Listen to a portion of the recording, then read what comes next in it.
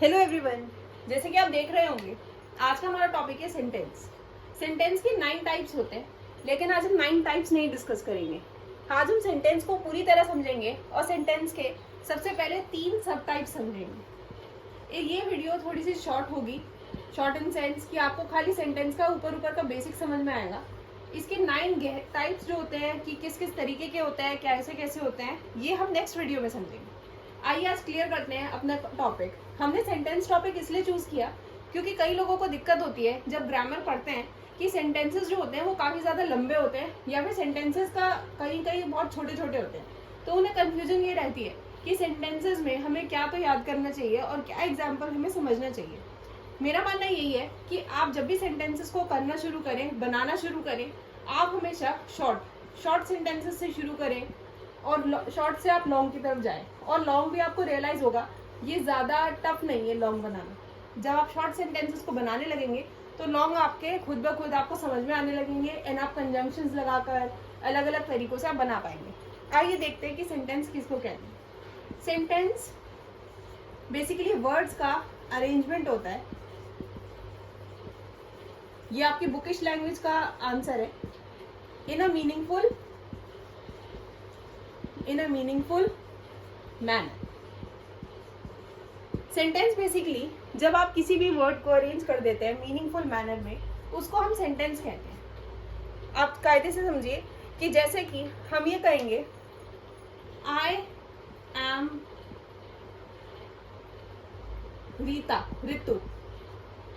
Ritu of your class. देखिए, अगर मैं इसमें से एक भी वर्ड में उठाकर मैं कहीं और लगा दूं तो आपको रियलाइज होगा कि इस पूरे सेंटेंस का मीनिंग ही चेंज हो जाएगा। तो ये वर्ड्स, जितने भी वर्ड्स हैं, आई एम रितु, इनको हम वर्ड्स कहते हैं। वर्ड्स वो होते हैं जो हम अपनी शॉर्ट्स में डालते हैं, जिनके मीनिंग डालते रहते हैं और आप कंटिन्यूसली उन्हें याद करते हैं। तो आई एम रितु, ये सारे ही वर्ड्स जब मीनिंगफुल मैनर में अरेंज हुए, हम आई को यहाँ नहीं लिख सकते, हम एम को यहाँ शुरू नहीं कर सकते। आई के बाद एम आता है। ये आपको धीरे धीरे ग्रामर और जब आप पढ़ेंगे तो आपको समझ में आएगा। आई के बाद एम आता है, इस तरह आगे हम बात बनती है। तो ये एंटायर मिलाकर पूरा सेंटेंस बनता है। ठीक है, अब हम आगे चलते हैं। सेंटेंस के क्या क्या टाइप्स होते हैं और किस तरह हम सेंटेंसेस में फर्दर पढ़ते हैं। सेंटेंस 3 तरीके के होते हैं। सबसे पहले आता है आपका सिंपल सेंटेंस। मीनिंगफुल ऑर्डर तो हमें समझ में आ गया कि किसी भी सेंटेंस का एक मीनिंगफुल ऑर्डर जब होता है उसको हम सेंटेंस कहते हैं। लेकिन फर्दर मीनिंगफुल ऑर्डर से भी बाद में हमारा आ जाता है कि वर्ड्स जो होते हैं, जो सेंटेंस होते हैं, वो लंबे होते हैं, वो छोटे होते हैं, डिपेंडेंट होते हैं, इंडिपेंडेंट होते हैं। आपको अब ये चीज़ क्लियर हो जाएगी। फिर आता है हमारा कंपाउंड सेंटेंस, और कंपाउंड सेंटेंस के बाद आ जाता है हमारा कॉम्प्लेक्स सेंटेंस। देखिए, इन चीज़ों के अंदर अगर हम डेप्थ में जाएं तो सबऑर्डिनेट एंड प्रिंसिपल बहुत चीज़ें आ जाती है, लेकिन आज हम उतनी डेप्थ में नहीं जाएंगे क्योंकि अभी हमारा सिलेबस उतने लेवल तक नहीं गया है। तो आइए पढ़ते हैं हम सिंपल सेंटेंसेस। देखिए, जो सिंपल सेंटेंसेस होते हैं ये हमें रियलाइज होगा किसी भी एग्जाम्पल को लेके। जैसे आई लव माई पेरेंट्स। आप ये एग्जाम्पल देख सकते हैं that I love my parents. क्या आप इसमें देख रहे हैं कि यहाँ पर एक सिंपल सा सेंटेंस है जिसमें वर्ब, सब्जेक्ट एंड आपके प्रोनाउन, आपकी हर चीज सिंगल है। जहाँ सिंगल वर्ब आपको दिख रहा है, एक एक्शन होता हुआ। बेसिकली हम ये कह सकते हैं कि जहाँ पर एक ही वर्ब होता है, जहाँ पर वन वर्ब होता है, एक ही सिंगल वर्ब होता है, वो सिंपल सेंटेंस है। I love my parents. और मैं बोलूँगी रानी इज अ वाइज गर्ल। तो आपको रियलाइज होगा रानी के बारे में बताया गया और एक ही बात बताई गई है, इज अ वाइज गर्ल। हमने यहाँ पे दो लोग यूज नहीं करे, हमने यहाँ दो नाउन नहीं है। यहाँ पे एक रानी है और रानी के बारे में बताया गया कि वो किस तरह, वो एक वाइज लड़की है। यहाँ एक छोटा शॉर्ट सेंटेंस है। हाँ, ऑल्दो ये एक रटने वाली बात होगी कि अगर मैं आपको सेंटेंसेस दे दूँ तो आप बताएंगे, आप जो छोटा होगा उसमें आप कह देंगे सिंपल है, लेकिन हम इसको समझेंगे, हम रटेंगे नहीं। जैसे यहाँ पे आई लव माई पेरेंट्स, यहाँ पे लव बताया गया, कहा पेरेंट्स को। तो आप ये देख सकते हैं ये एक सिंपल सा सेंटेंस है जहाँ पे सिंगल वर्ब यूज हो रहा है। कि यहाँ पे सिंपल सेंटेंस में कोई दो दो वर्ब नहीं हो रहे, कोई दो दो काम नहीं हो रहा, यहाँ एक ही एक्शन हो रहा है, इसलिए ये एक सिंपल सेंटेंस है। ठीक है, उम्मीद है आपको ये क्लियर हो गया होगा। मतलब यहाँ पर एक ही बात की जा रही है। अब हम देखते हैं बाकी के सेंटेंसेस को, ताकि आपको थोड़ा डिफरेंस क्लियर होगा कि एक ही बात और दो बातों में क्या फर्क है। मेरा आता है फिर कंपाउंड। कंपाउंड सेंटेंस के अंदर आपको रियलाइज होगा, अब आपको डिफरेंस दिखना शुरू हो जाएगा। सिंपल सेंटेंस आप क्या पढ़ते हैं और कंपाउंड सेंटेंस क्या होते हैं। बेसिकली यहाँ पर एग्जाम्पल देखते हैं। I like her, I like her but you can say anything. She doesn't like me. She doesn't like me. आप यहाँ देख सकते हैं, यहाँ पे पहली बात तो आप कंजंक्शन देखिए। ऐसे वर्ड्स को जो दो दो बातों को बता रहे हैं, ये जो ज्वाइन करते हैं सेंटेंसेस को, इसको हम कंजंक्शन कहते हैं। मतलब बट अगर हम हटा दें, यहाँ से अगर मैं बट हटाऊं तो आप ये रियलाइज करेंगे I like her, she doesn't like me. लेकिन इन दोनों ही सेंटेंसेस को जोड़ा किसने है? बट इंपॉर्टेंट है इसलिए। आइए एक और एग्जांपल देखते हैं। Work hard otherwise you will fail. आप हार्डवर्क करिए, अदरवाइज आप फेल हो जाएंगे। तो देख सकते हैं यहाँ अदरवाइज नाम का वर्ड यूज किया गया है इन दोनों ही चीजों को ज्वाइन करने के लिए। तो हम यहाँ क्या रियलाइज कर रहे हैं, यहाँ एक से ज्यादा काम हो रहे हैं, यहाँ पे एक से ज्यादा दो बातें बताई जा रही है। और हम ये देख सकते हैं कि यहाँ पर दोनों ही सेंटेंसेस में जहाँ सिर्फ सिंगल सेंटेंसेस को, दो सिंगल सेंटेंसेस को एक कंजंक्शन के थ्रू ज्वाइन कर दिया। बेसिकली ये सिंपल सेंटेंसेस है दोनों। अगर मैं यहाँ पे अदरवाइज हटा दूं और यहाँ पर मैं बट हटा दूं तो देखा जाए ये खाली सिंपल सेंटेंसेस हैं। तो आप रियलाइज करेंगे कि कंपाउंड सेंटेंसेस में, कंपाउंड में एक चीज और आ जाती है। यहाँ पे सिर्फ एग्जाम्पल ही नहीं कि यहाँ पे कंजंक्शन यूज होते हैं, कंजंक्शंस का यूज होता है। कंजंक्शन क्या होता है? वो वर्ड जो ऐसे वर्ड्स जो दो सिंपल सेंटेंसेस को बेसिकली कनेक्ट करते हैं, दो वर्ड्स को, दो लाइंस को, दो ऐसी बातों को कनेक्ट करते हैं।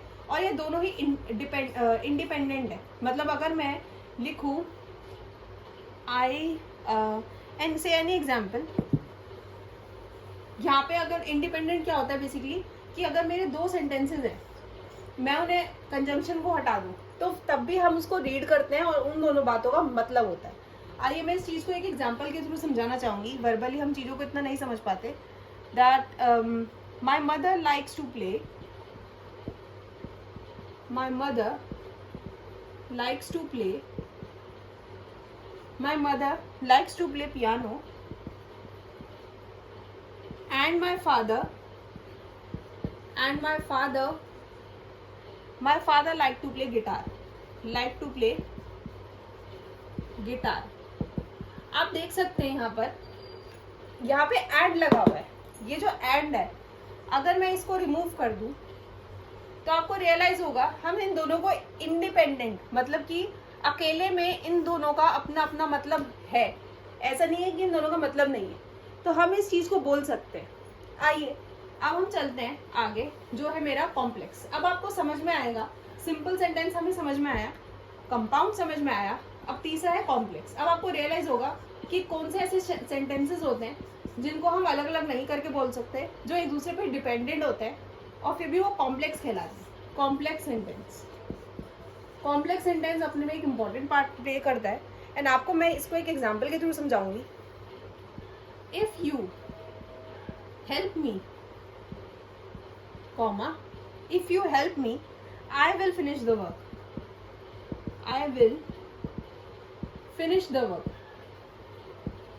If you help me, I will finish the work। तो आपने देखा होगा if यहाँ कॉमा यूज किया गया है, I will finish the work। यहाँ कंडीशन लगाइए कि अगर आप मेरी मदद करेंगे तब मैं उस काम को पूरा करूंगा। इस बात का, इस सेंटेंस का पूरा अलग से कोई मीनिंग नहीं निकल सकता। मतलब अगर मैं कॉमा हटा दूं तो यहाँ पे ये सेंटेंसेस अपने में ही कंफ्यूज करते हैं। If you help me I will finish the work, यहाँ पे पॉज नहीं है, कॉमा का मतलब है पॉज, और अगर मैं ये हटा दूं you help me I will finish the work, तो आपने देखा कंजंक्शन हटाने के बाद इसका सेंटेंस का मीनिंग रहा ही नहीं। तो इसी तरह हमें समझ में आता है। आइए एक और एग्जाम्पल ले लेते हैं ताकि आपको और अच्छे से क्लियर कर पाऊँ। as soon as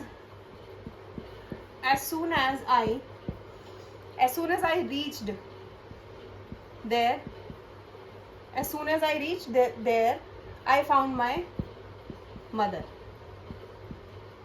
आपने यहाँ देखा I found my mother, आप यहाँ पे ये देखिए कि इस जगह पर as soon as तो लगाया है। अगर मैं as soon as हटा दूँ I reached there I found my mother, इस बात का कोई सेंटेंस का मीनिंग नहीं डिराइव कर पाएगा। तो सेंटेंस वो होता है जहाँ हम मीनिंग डिराइव करते हैं वर्ड्स को मीनिंगफुली अरेंज करके। और सेंटेंस के हमने पढ़े 3 ऐसे पार्ट्स, ऐसे सब पार्ट्स, सिंपल, कंपाउंड एंड हमने फिर पढ़ा कॉम्प्लेक्स। तो हमने देखा सबसे पहले आप किसी भी लाइन में देखेंगे सेंटेंस का मतलब, सेंटेंस होता है जहाँ पे पहले मीनिंगफुल बात अरेंज हो पा रही है। जब वो मीनिंगफुल है फिर हम देखेंगे वो सिंपल बात है, एक ही वर्ब कह रहे हैं। कंपाउंड है मतलब 2 बातें कही जा रही है और दोनों का इंडिपेंडेंटली अपना अपना मतलब पूरी तरह से है। फिर हम देखेंगे कॉम्प्लेक्स मतलब कंजंक्शन रिमूव करके आप देख सकते हैं कि देखिए ये दोनों ही वर्ड जब अलग हो जाते हैं तो इन दोनों का मीनिंग अलग अलग हो जाता है और इन दोनों का फुलफिल नहीं हो पाता। मतलब सबसे जरूरी है मीनिंग फुलफिल होना। जहाँ सेंटेंस का मीनिंग फुलफिल नहीं हो रहा है इसका मतलब वो सेंटेंस वहाँ पे गड़बड़ कर रहा है। तो मुझे उम्मीद है कि आपको समझ में आ गया होगा एंड आप इसी तरह बने रहिए। वीडियो पसंद आई लाइक शेयर एंड सब्सक्राइब कीजिए। Thank you guys so much for the support and next video में हम पढ़ेंगे सेंटेंसेस के 9 टाइप्स। Thank you.